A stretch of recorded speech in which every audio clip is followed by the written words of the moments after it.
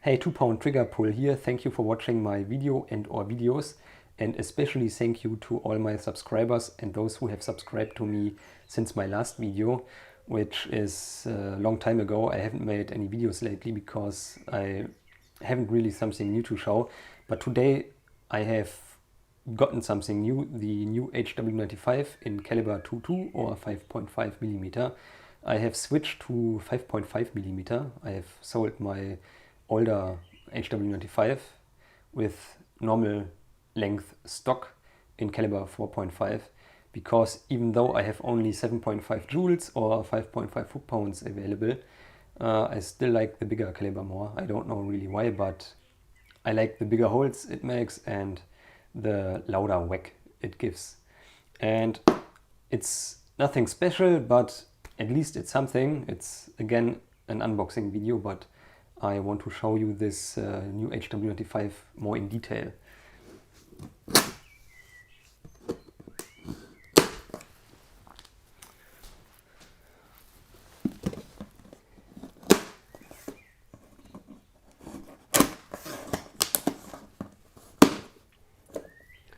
Okay, let's open the package. What's in here?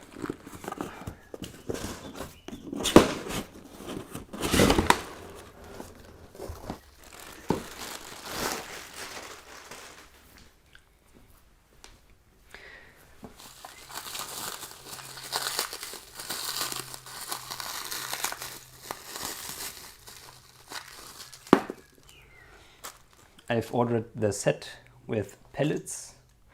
Those are mosquito pellets from Numarex and 10 targets.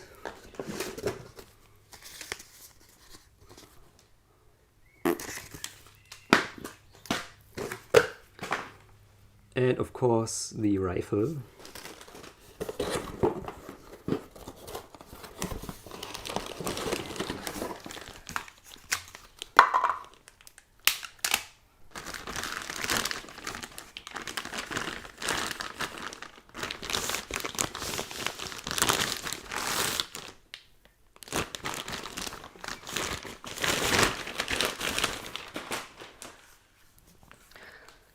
And here she is, nicely oiled up.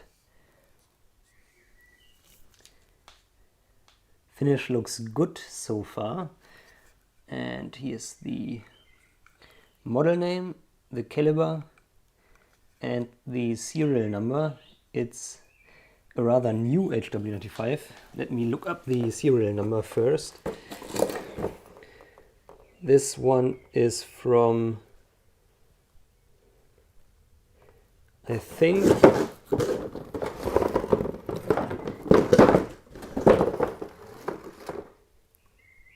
it's a really new one.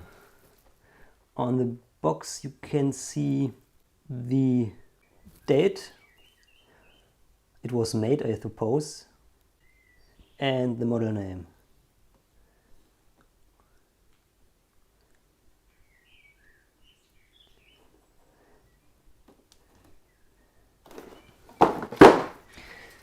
So this is a really new one when the date on the box is the same as the manufacturing date of this rifle here.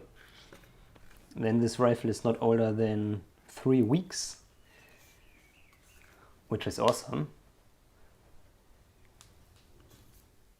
To prevent this video from getting too boring, because it's just another unboxing video, I want to compare two different HW95 models for you. One is from circa 2009, serial number starts with 17, and the other one, the top one, is from 2014. I guess it was made this month, so this comes freshly out of the factory. You can also see the different boxes. They have different stylings. The older one is on the bottom and the newer one on the top.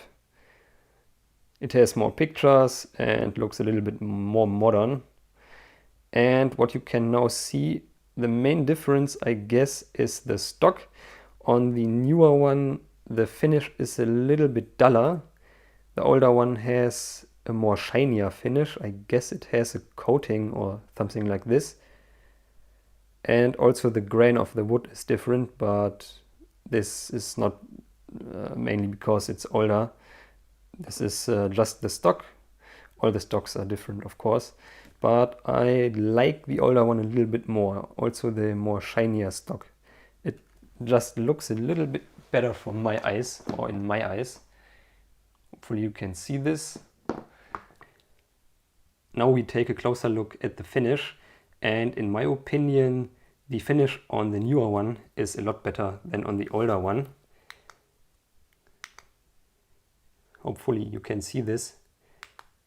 The finish on the older one has brown spots on it, and it isn't as nice as on the newer one. So the newer one in this case has a better finish. Hopefully you can see this. The bluing is obviously on the newer one better.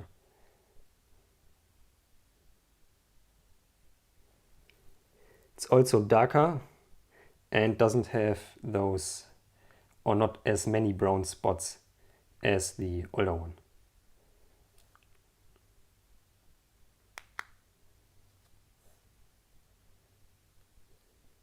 Here are now the two different barrel blocks, and you can see that the lettering on the older one is different and also bigger. You can't see the symbols for the pellets underneath the stock completely, whereas on the newer one the stampings of the letterings is a little bit smaller and doesn't look as nice, but you can see the pellets completely.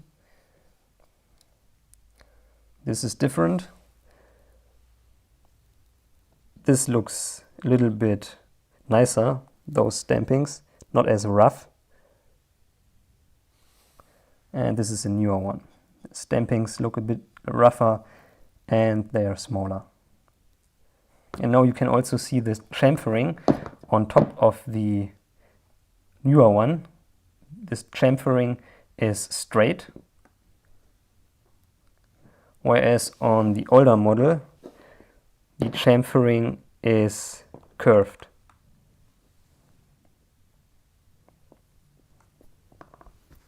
I have now removed the stocks so you can take a closer look inside.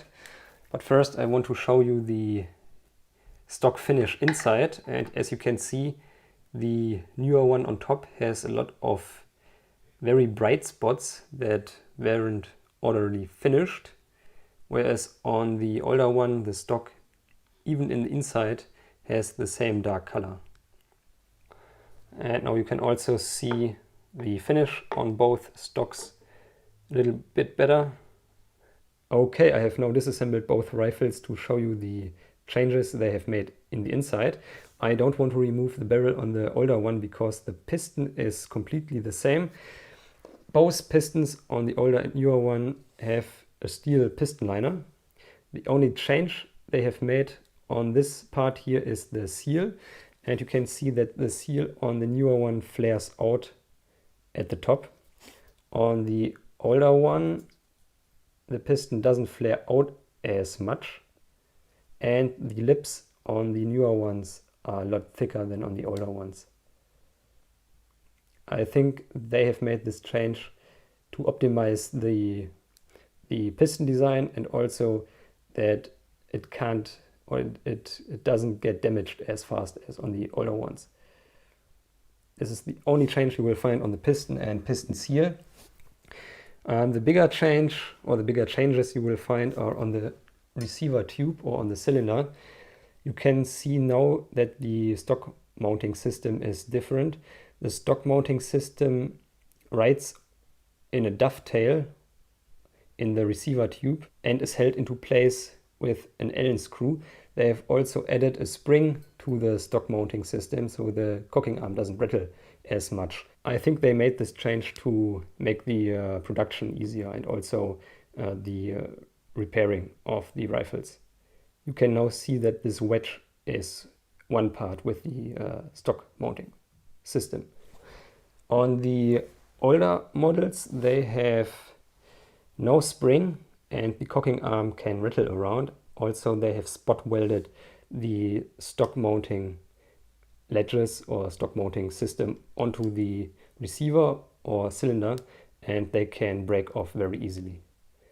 And it's a lot more difficult to repair or to produce rifles with welding parts. You have to weld together. On the barrels, they have also made production easier. The older barrels were also welded inside the barrel blocks. Oh, you can see this. This is welded together. On the newer ones, the barrels are held into place inside the barrel block with a screw or with a nut.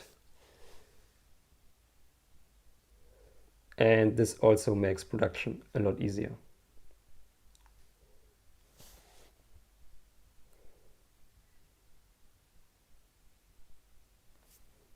Also, the cocking shoe design is different. The cocking shoe on the newer model rides on the receiver tube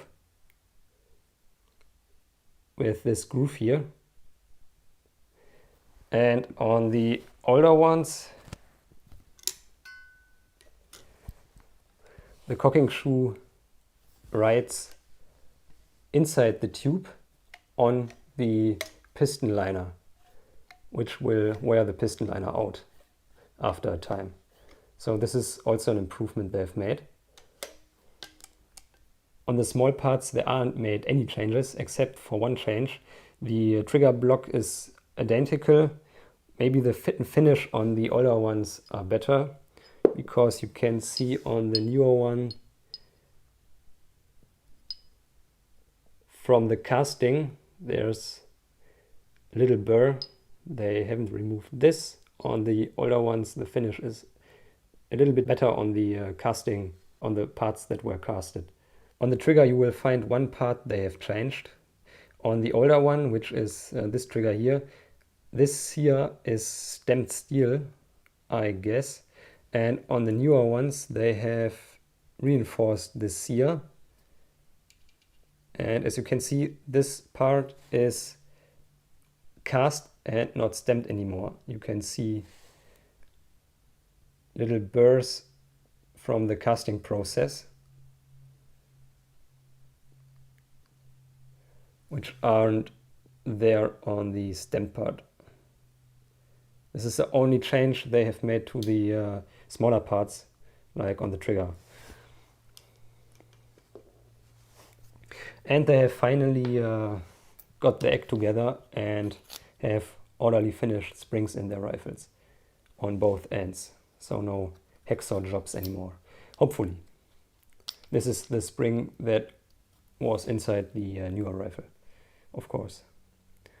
Still the same plastic or nylon spring guides and no top hats. On further inspection on the piston I have found another difference. It seems that they have tried to add some kind of a top hat or more washers inside the piston. You can see they have one thin washer here, a very thick one after that, and then there's an O-ring, a rubber O-ring, and then there was another washer on top of this. So I don't know what's this all about, but that's what I found and looks a little bit strange. Both rifles are assembled again, and my opinion is that the older one has a better looking stock. The color and also the finish is better in my opinion. But the newer one has a lot of improvements. Also, I think that the metalwork on the newer one is better.